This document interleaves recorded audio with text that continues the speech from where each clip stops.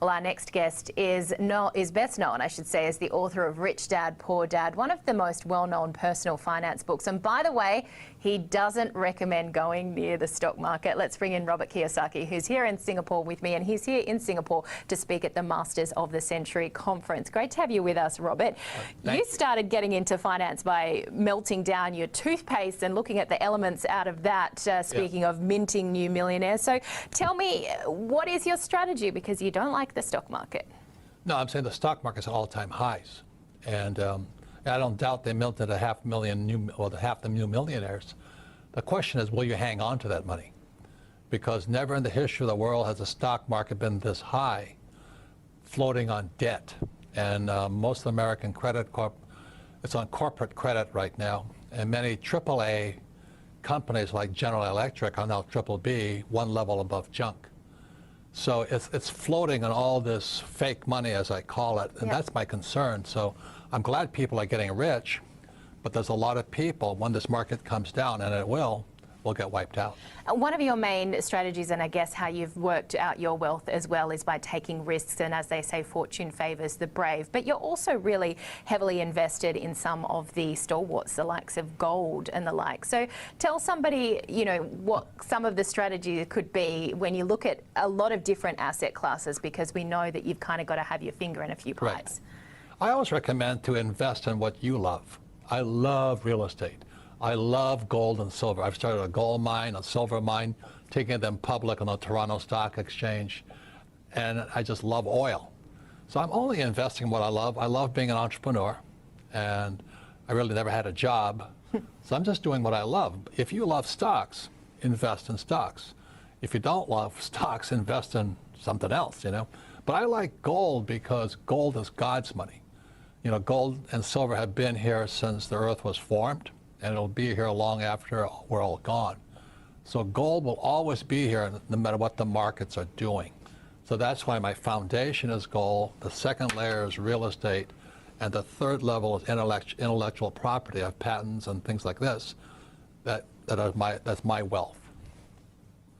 So it's interesting, Robert, that you say that savers, quote, are losers and nobody gets rich by saving. Discuss. Well, it's what you save. My book, Fake, you know, fake money, fake teachers, and fake assets. In 1971, President Nixon took the dollar off the gold standard. And most people don't know what that means. Well, it means the U.S. government could print as much money as they want. So why would you save money? You know, so it did good, you know, for 781 till 2008, it worked. The market kept going up on all this fake money. But the moment it starts to come down, you get wiped out. But at the same time as the market was going up, interest rates were coming down. So the value of your money was coming down, and the volume of money was going up, and interests were coming down. That's why I say savers are losers. So today, you know, there's 14 or 17 trillion dollars in cash earning negative interest rates. This has never happened before in the history of the world. So why would you keep saving? I just don't understand it. You like real estate, you like gold. You were saying gold, you know, has always been here, it's always going to be here later. What do you think of some of these new assets that are sort of still being created? So in the cryptocurrency space, the like of Bitcoin, Ethereum. I think it's so interesting. You know, I mean, this Bitcoin stuff, they're taking on the Fed. Do you know what I mean? They're taking on one of the most powerful banks ever created. And they're messing into their territory. That's like me taking on McDonald's, you know. They're going to step on me. So I think I'm here in Singapore. I know Singapore is adopting to crypto or what's they call blockchain technology. So I think it's a very exciting time. Personally, I'm a Technosaurus Rex. I can barely use a cell phone.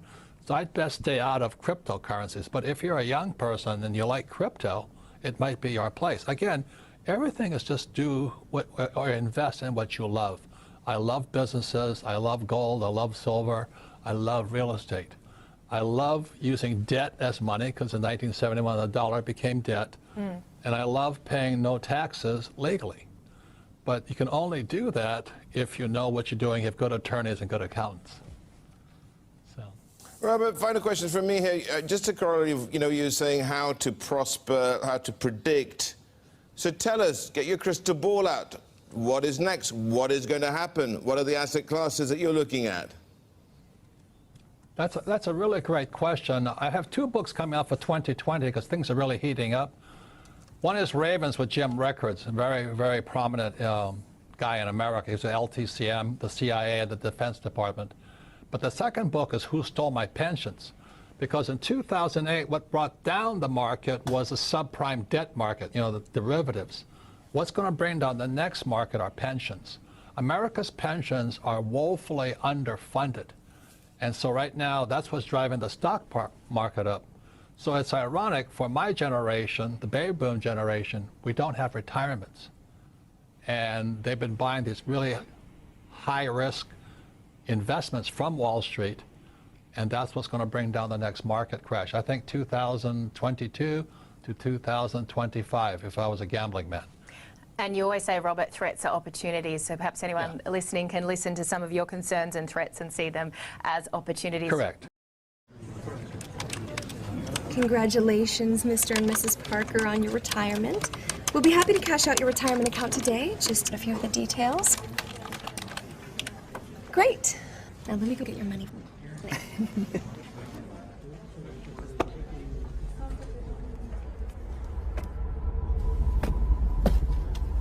There's a little bit more.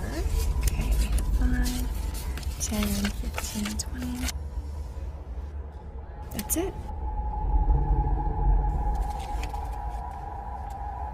Now don't spend it all in one place.